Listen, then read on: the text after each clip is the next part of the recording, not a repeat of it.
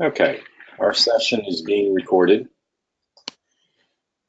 What my topic is for today is the Oscars, which is the Academy Awards.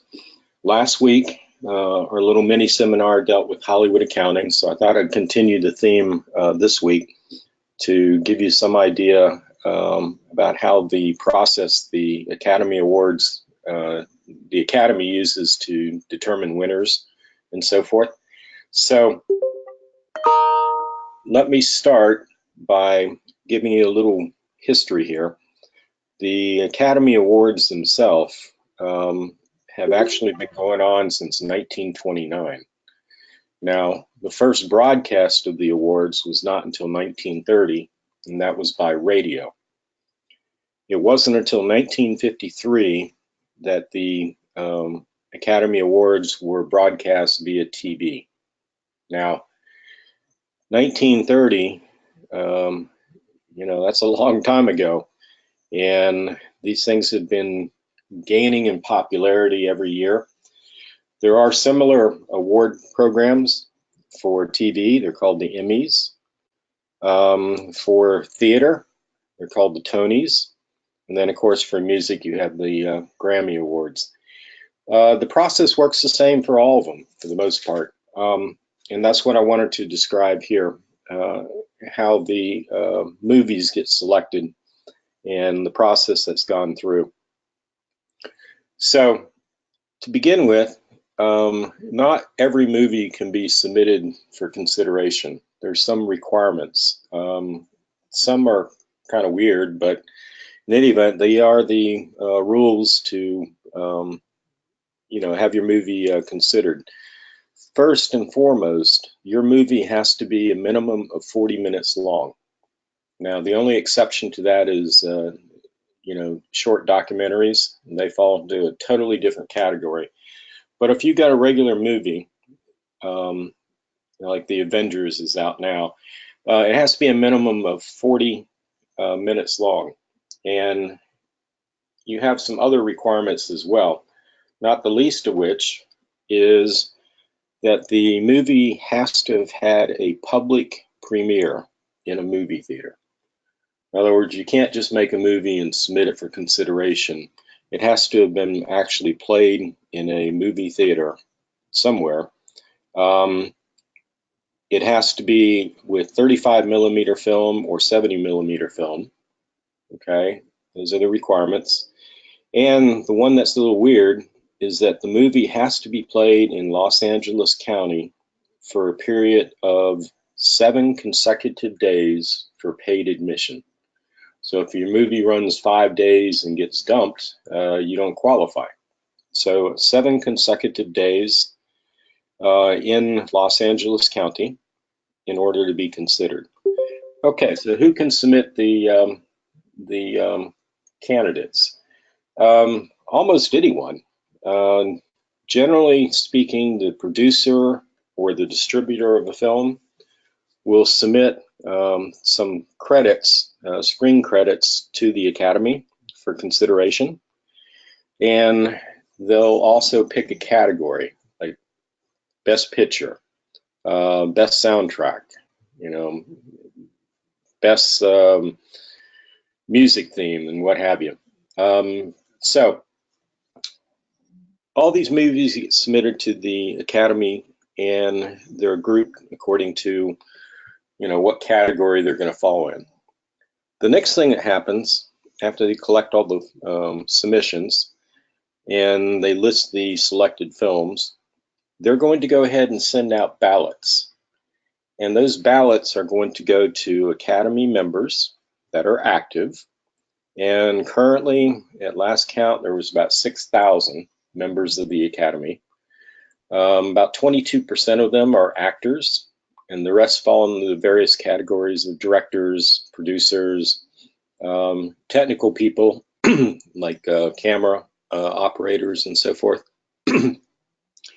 So the Academy goes ahead and lists the various candidates for each category. They send them out to the Academy members, and the Academy members get to vote. And what happens is they send the ballots out in January, and they only send the ballots to the people that are members of the particular part of the academy. So, for instance, Best Picture goes out to producers and directors and distributors. Filmology, the technical side, that's only going to go to members of the academy that are in that part of it, and so forth. So these things get sent out in January. The members have a chance to vote based on the listing of films for their particular category. They can select up to 5 nominees. Okay, the number of films that they have to choose from, it could be a really lengthy list, but they get to choose 5, and they then have to send the ballots back. This is where the accounting side comes in. The whole process is supervised by a large CPA firm called PricewaterhouseCoopers, and what they do is monitor the whole process. From an accounting standpoint, it's really not a difficult assignment. You're compiling the list of films by each category. You're getting the ballots printed up. You are sending them out to the respective members of the academy that are going to vote. And those people then send their ballots directly back to PricewaterhouseCoopers. PricewaterhouseCoopers will then tabulate the ballots, and they're going to turn around and come up with the top 3. I think it's 3, maybe it's 4, in each category. Once they do that, and this is all completely confidential, nobody knows who the nominees are until the academy itself announces them. Okay, so January, the first ballots go out. The academy members vote on them and send in what they think should be the nominees. Highest number of votes is basically who gets put on the ballot. The academy then goes around and announces who the nominees are, and of course, along with that being the entertainment business, they're going to promote it strongly and start driving some interest in seeing who wins and so forth. At this point, the academy sends, or more correctly, PricewaterhouseCoopers sends the final ballots out to the members, and they have to vote and respond back to PricewaterhouseCoopers. Now, they don't have an unlimited amount of time to get this done. They have actually 2 weeks from the time the ballots go out to render their vote. If they don't get them back to PricewaterhouseCoopers in 2 weeks, then their vote does not count. So, there's a definite time frame involved here. PricewaterhouseCoopers turns around and gets the ballots back. They turn around and tabulate the results, and they print up the announcement cards that are going to be used at the Academy Awards. And the only 2 people that know who has won is the 2 partners at the CPA firm. Even the Academy has no idea who has won, for instance, Best Picture. That being said, they turn around and print up the envelopes that they're going to hand out at the Academy Awards for the presenters. And one partner stands on one side of the stage, just off stage, and the other partner stands on the other side. They both have briefcases. They both have duplicate sets of envelopes. So in the event that one is lost, they can always pull from the backup briefcase. In any event, as each presenter is walking on stage, they're handed an envelope for the area that they're going to be announcing the winners. They have no idea what's in it. They have to unseal the envelope, and then they read the results. And at that point, everybody, of course, knows who has won. From an accounting standpoint, this is a really, really simple engagement. You're basically, sending out ballots in making a notation as to who you sent them to.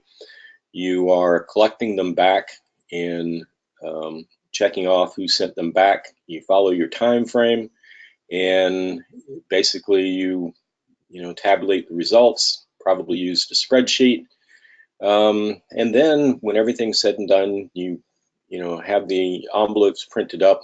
They're actually done by hand. The envelopes the announcement cards are printed, but the name that is going to be put in there for each winner, only the CPA firm is going to put that information in there. So not even the printing company has any idea who's going to win. So the big night comes, and it is a big night. In 2017, the TV audience alone was somewhere around 30 million, which is, for a TV program, phenomenal. That being said, the partners hand the envelopes out to the presenters. They walk on stage. They announce that they're presenting for the best picture. They open the envelope. They read the name of the winner, and everybody goes crazy. The winners go up on stage. They receive their statues, the Oscars, and everybody gives their speech, and then you're on to the next category. The whole thing is followed, of course, by bunches of parties and so forth. One thing interesting to note is that the actual statues themselves, whoever receives one has to sign a contract that says that should they ever decide to sell it, they have to give the Academy first rights to purchase it back for $1. Okay, now that did not always be in place. That started in, I think, the early 70s. So those awards that were handed out before that, there was no contract signed. So those individuals were free to sell their statues if they so desired.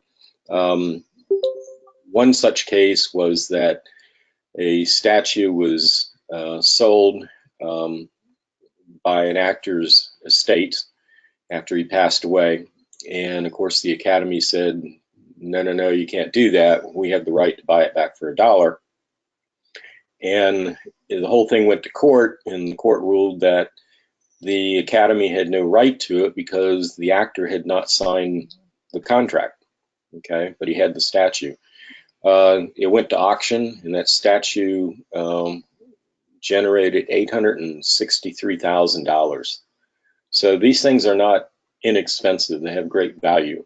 That being said, though, ever since the 70s, contracts had to be signed, and you're not going to find any of those Oscars out there for sale, at least not legally, if it's from the 70s forward, because of the right the Academy has to buy them back. Now, all that being said, you may remember what happened 2 years ago. It came down to the best picture, and what happened was the wrong envelope was handed out, and I don't remember I think it was La La Land that was announced as the best picture, but it turned out that was not a true statement. And the presenters actually opened the envelope. They read off the winner. The people associated with that film surged on stage to, have their 15 minutes of fame. And as it turned out, the film that actually won was Moonlight. So the partner for the CPA firm standing on the side of the stage realized his mistake and came rushing on stage and, announced that, that was incorrect. The correct envelope was handed over, and Moonlight ended up being the winner. So the net result was you have two groups of people standing on stage. One thought they won, turns out they didn't, and the other one ended up being the winner.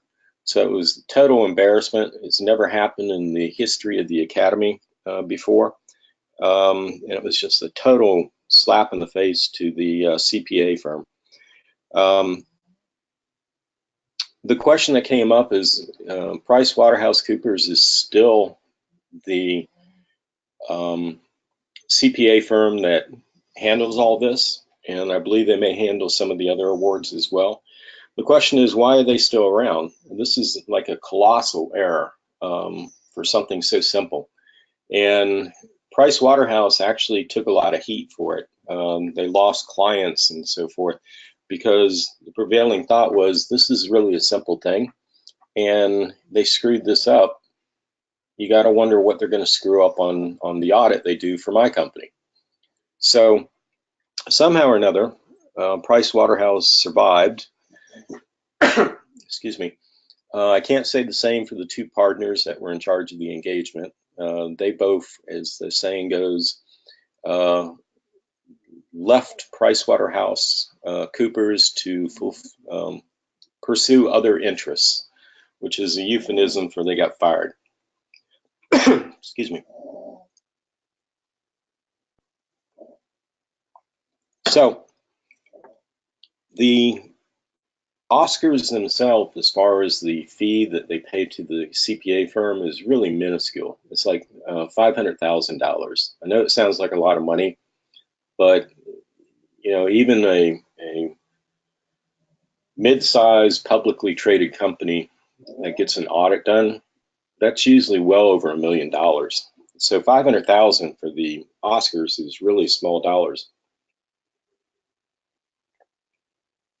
Excuse me. PricewaterhouseCoopers also does the tax return for the Academy, and the last figure I saw was their fee was $211,000. So altogether, this whole engagement only gives them less than $1 million, and you have to be wondering, why would the CPA firm even bother with this? And there's several reasons for this. Number one, this particular CPA firm, in one form or another, has been doing this engagement for the last 83 years. Okay, so they come to expect it. When I was at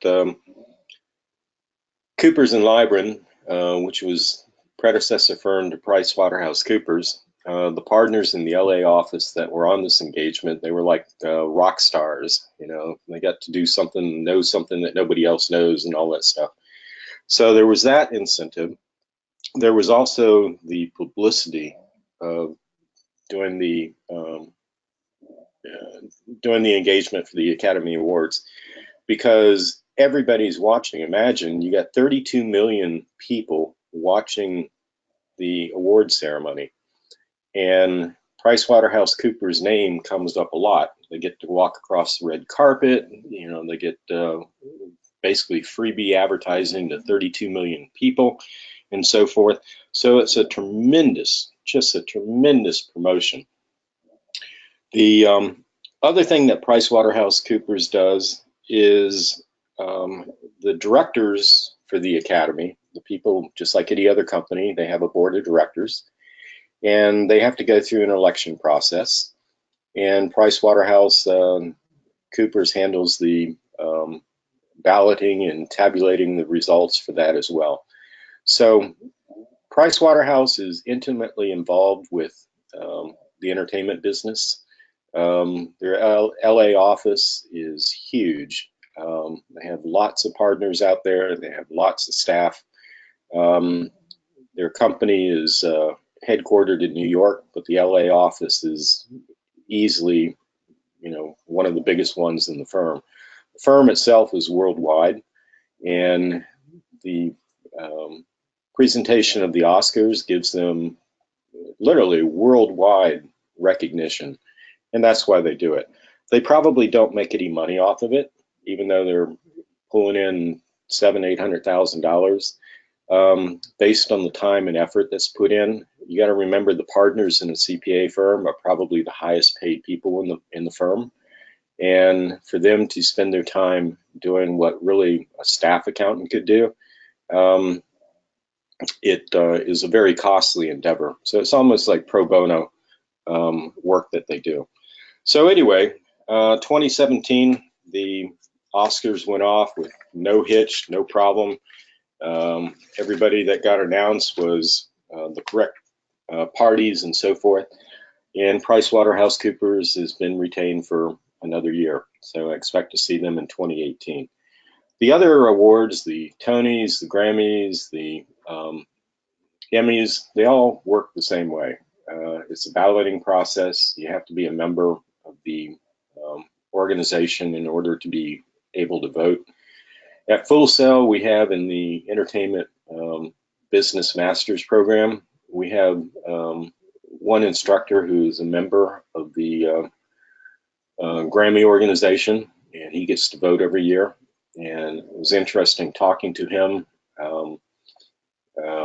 how actually actively involved the members are in this stuff. There's a lot of politics going on and things along that line.